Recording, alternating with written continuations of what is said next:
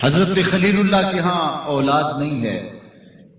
حضرت سارہ کے بعد حضرت ہاجرہ سلام اللہ علیہ سے نکاح فرمایا اور اللہ تعالیٰ نے حضرت ہاجرہ کے بطن سے ایک پیارا بیٹا عطا کیا جس کا نام اسماعیل رکھا۔ لیکن آزمائش یہ آئی، حکم یہ ہوا کہ میرے خلیل اگر مجھ سے محبت کرتے ہو تو اپنے اس بیٹے کو اور اپنی اہلیہ کو وادی غیر ذی زرع میں چھوڑ آؤ، اور اللہ کے حکم کی تعمیل کرتے ہوئے اپنی زوجہ کو اور اپنے نونہال بیٹے کو وہاں چھوڑ آئے۔ پھر 13 سال کی عمر کو جب حضرت اسماعیل پہنچے تو حضرت خلیل اللہ ملنے گئے۔ ایک خواب دیکھا۔ خواب میں کیا منظر تھا کہ میں اپنے بیٹے کو ذبح کر رہا ہوں۔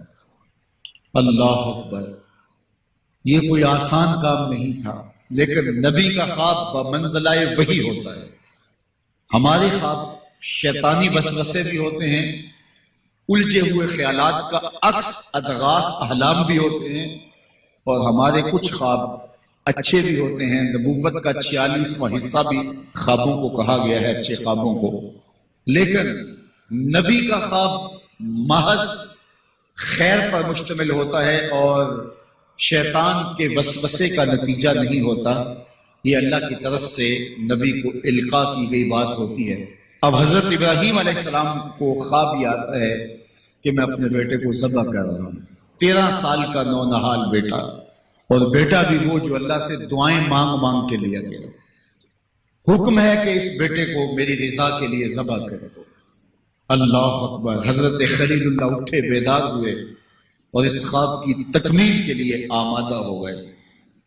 اپنی زوجہ سے کہا، زوجہ محترمہ حضرت ہاجرہ سلام اللہ علیہ سے کہا کہ بیٹے کو تیار کر دو، دوست کی دعوت پہ لے جانا ہے۔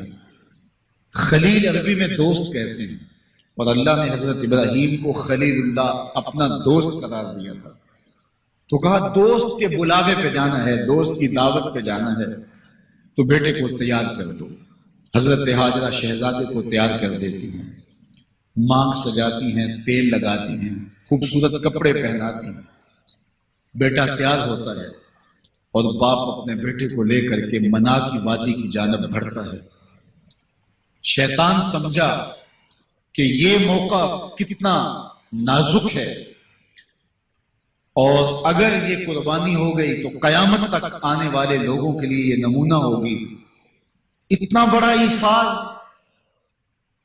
تو حضرت ابراہیم کے پاس پہنچا اور کہا، اے خلیل، اے ابراہیم، اللہ کو راضی کرنے کے اور تھوڑے موقع ہیں اور تھوڑے ذریعے ہیں، ضرور بیٹے کو ہی ذبح کر کے اللہ راضی ہوتا ہے؟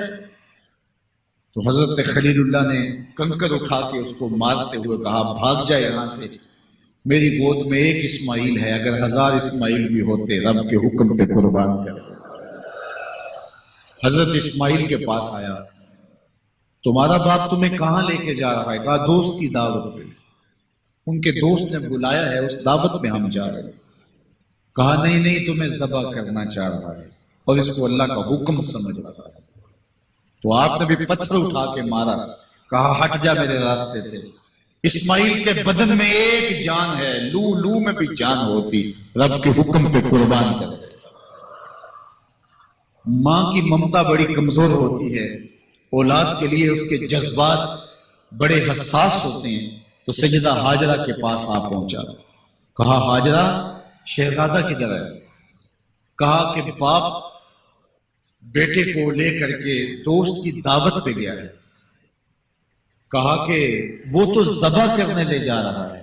کہا کوئی سوچ کے بات کر، وہ بیٹے کو ذبح کرے گا جس کو اللہ سے مانگ مانگ کے لیا، بڑھاپے کا سہارا، عصائے پیری، راتوں کے رت جگے، سستیاں، آہیں اور دعائیں اور التجائیں اور تمنائیں اللہ کے حضور کر کر کے رب سے مانگ مانگ کے بیٹا لیا، اور اس کو اپنے ہاتھوں سے ذبح کر دے گا؟ بیٹا تو نالائق بھی ہو تو کوئی باپ اسے ذبح نہیں کرتا۔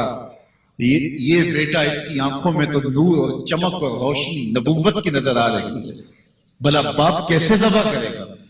تو کہا وہ اسے اللہ کا حکم سمجھ رہا ہے۔ کہا اچھا، کہا ہاں. تو حضرت حاجرہ نے کہا ظالم تو کہیں شیطان تو نہیں ہے؟ میری گود میں آج ایک اسماعیل ہے، اگر رب کا حکم ہے تو 1000 اسماعیل بھی ہوتا تو قربان. ماں کی ممتا پہ قربان جائیے، بیٹے کی وفاداری پہ قربان جائیے، اور باپ کی اللہ کے حکم کی تعمیل اور ایثار کے جذبوں پہ قربان جائیے. جب وادی منا میں پہنچے تو حضرت اسماعیل علیہ السلام کو حضرت خلیل اللہ نے کہا یا بنیا، اے میرے بیٹے. کتنا دل آویز لہجہ ہے، کتنا پیار ٹپک رہا ہے. اے میرے بیٹے، میں نے خواب دیکھا ہے. خواب کیا دیکھا ہے؟ کہ میں یہ خواب دیکھ رہا ہوں کہ میں تجھے ذبح کر رہا ہوں.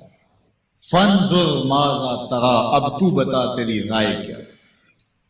باپ بیٹے سے کہے کہ میں تمہیں ذبح کر رہا ہوں تو بیٹے کا انداز کیا ہوگا؟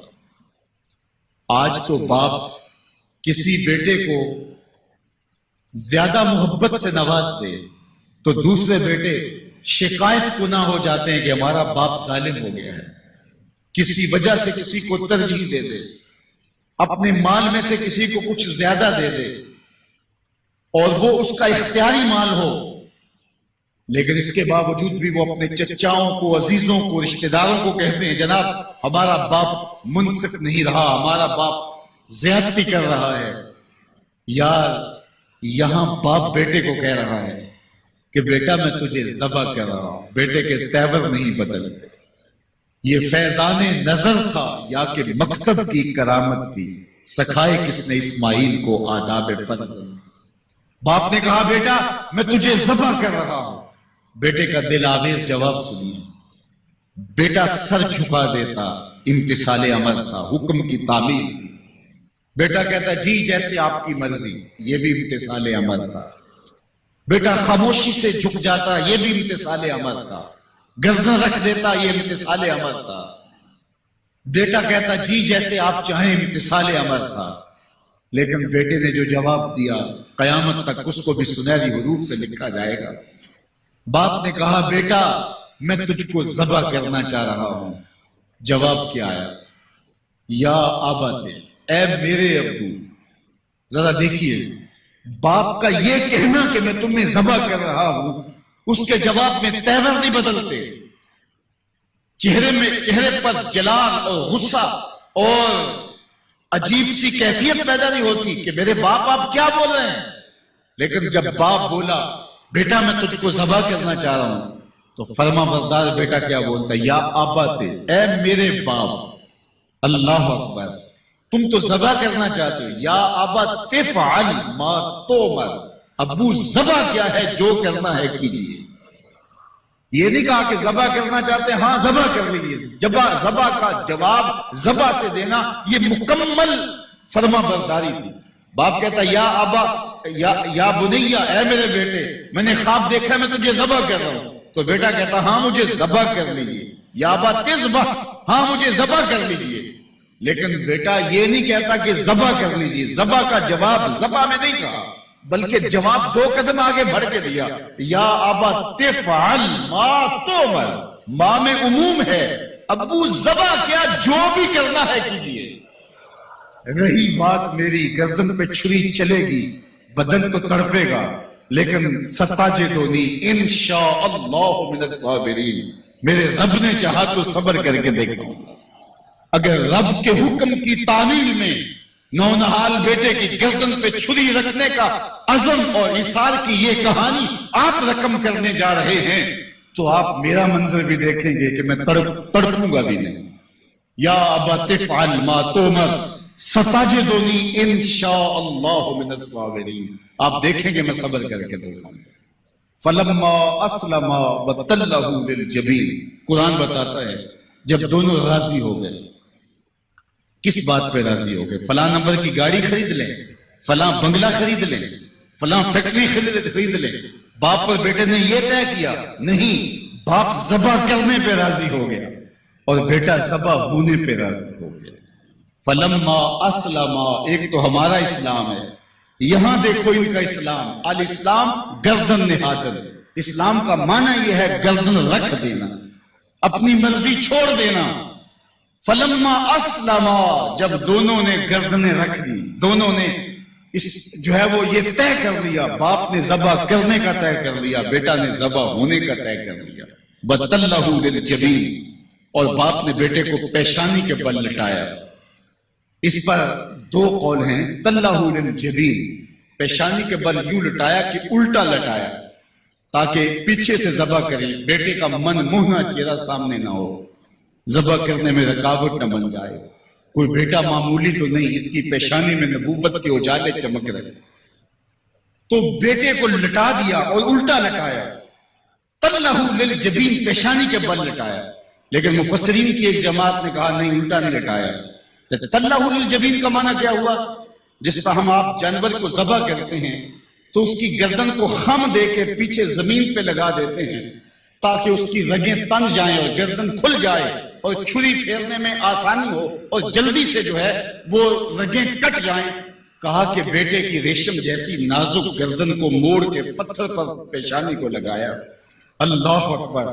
بیٹے کو رسیوں سے باندھا ہوا تھا اور اپنی آنکھوں پہ پٹی باندھی ہوئی تھی، اور یہ بیٹے نے کہا تھا ابو مجھے رسیوں میں جکڑ لے، شدت کی درد ہوگی کہیں تڑپ نہ جاؤں، اور ایسا نہ ہو کہ رب کے حکم کی تعمیل میں آپ کو تاخیر نہ ہو۔ تو باپ نے اپنے ہاتھوں سے اپنے بیٹے کو جکڑا تھا، لیکن جو ہی چھری پکڑ کے باپ بیٹے کو ذبح کرنے لگا، بیٹے نے آواز دی ابا جان رک جائیے۔ کیوں بیٹا، پروگرام تبدیل ہو گیا؟ کہا نہیں، یہ میری رسیاں اتار دیجیے۔ بیٹا کیوں اتاروں، خود تو کہا تھا مجھے رسیوں سے جکڑ لو۔ ابا جان میری رسیاں اتار دیجیے، کہیں کل کا مورخ یہ نہ لکھے باپ ذبح کرنا چاہتا تھا، بیٹا ہونا نہیں چاہتا تھا، باپ نے باندھ کے کیا۔ کھول دیجیے رسیاں، نہیں تڑپوں۔ اللہ اکبر! رسیاں کھول دی جاتی ہیں۔ کائنات نے ایسا منظر کبھی دیکھا نہیں تھا، چشم فلک نے ایسا نظارہ کبھی کیا نہیں تھا۔ منا کی وادی ہے، فولاد جیسے پگھلے ہوئے پہاڑ ہیں، آسمان سے فرشتے بھی جھک جھک کے حورے غلمان اور رضوان جنت بھی دیکھ رہے ہیں۔ مالک قیامت آنے والی ہے۔ کہا فرشتوں تم نے کہا تھا انسان کو خلیفہ بنایا جا رہا ہے، یہ تو لڑائی کریں گے، سجدے تو ہم کریں گے، ذرا میرے بندے کی اس انوکھی ادا کو بھی تو دیکھو۔ لاؤ سارے سجدے، اپنے قیام لاؤ، اپنے رکوع اور اپنے سجود لاؤ، اور میرے بندے کی اس جذبہ ایثار کے مقابلے میں رکھو۔ اللہ اکبر!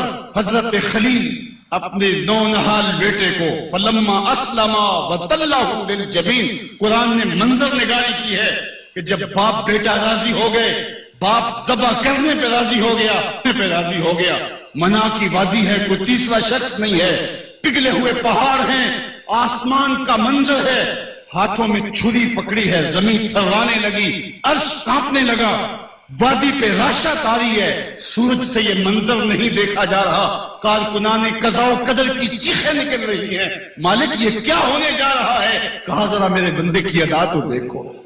پھر ہاتھوں میں چھری پکڑ کے آنکھوں پہ پٹی بندھی ہے اور نونہال لیٹا ہے، اور پیشانی موڑ کر کے، گردن موڑ کر کے پیشانی زمین پہ لگائی، اور تنی ہوئی رگوں پر حضرت خلیل اللہ نے جب چھری پکڑ کے چھری کو پوری ہمت کے ساتھ بیٹے کو ذبح کرنے کے لیے جنبش دی۔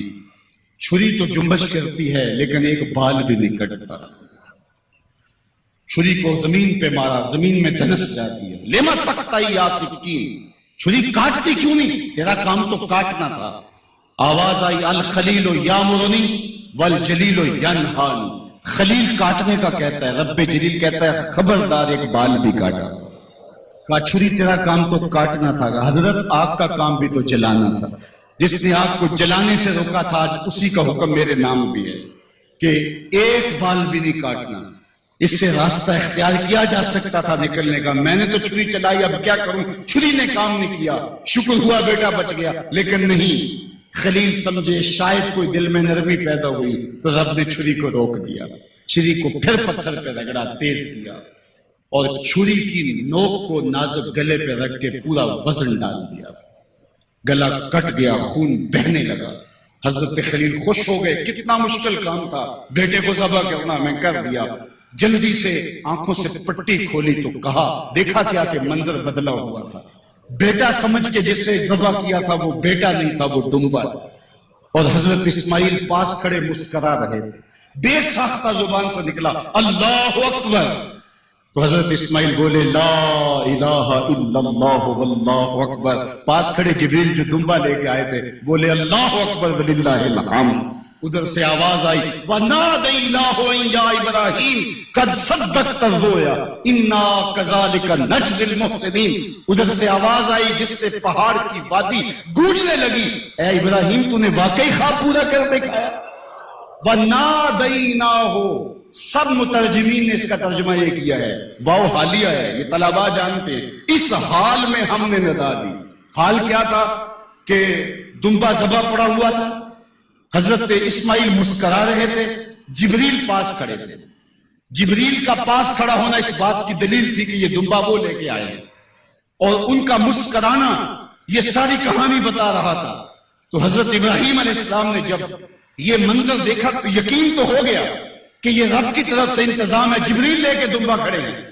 تو یہ یقین تو تھا, لیکن مزید تیقن پیدا کرنے کے لیے اللہ کی وحی اترنے لگی اور حضرت خلیل کا دل باغ باغ ہو گیا.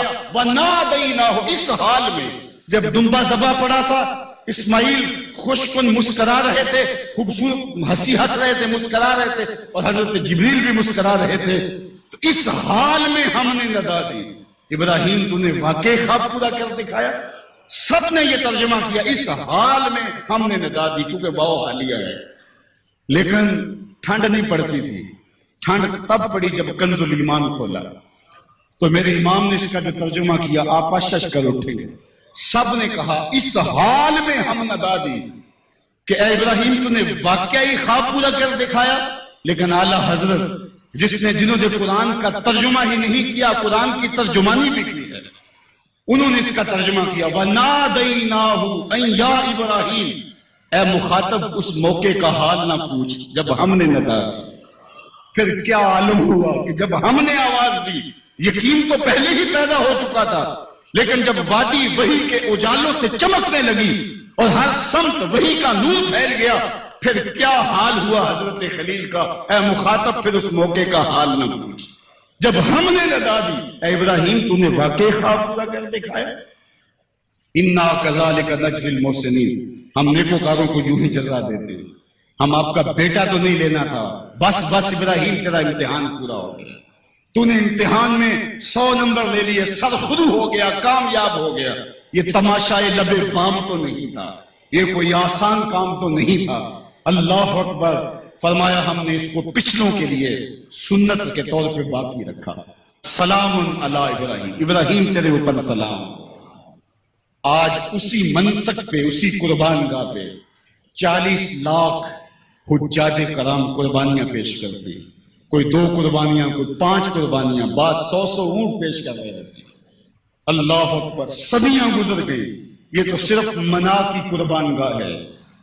پوری دنیا پہ پھیلے ہوئے مسلمان اس دن جانور ذبح کر رہے ہوتے ہیں. عید کے دن قریب آتے ہیں تو میں گزرتا ہوں سڑکوں, بازاروں اور گلیوں سے, ہر سمت لوگ موٹے تازے جانور لیے گھوم رہے ہوتے ہیں, اور سڑکوں کے اوپر جانوروں کے جو ہیں وہ ٹھٹ لگے ہوئے ہوتے ہیں. تو میری زبان سے بے ساختہ یہی جملے نکلتے ہیں سلام علی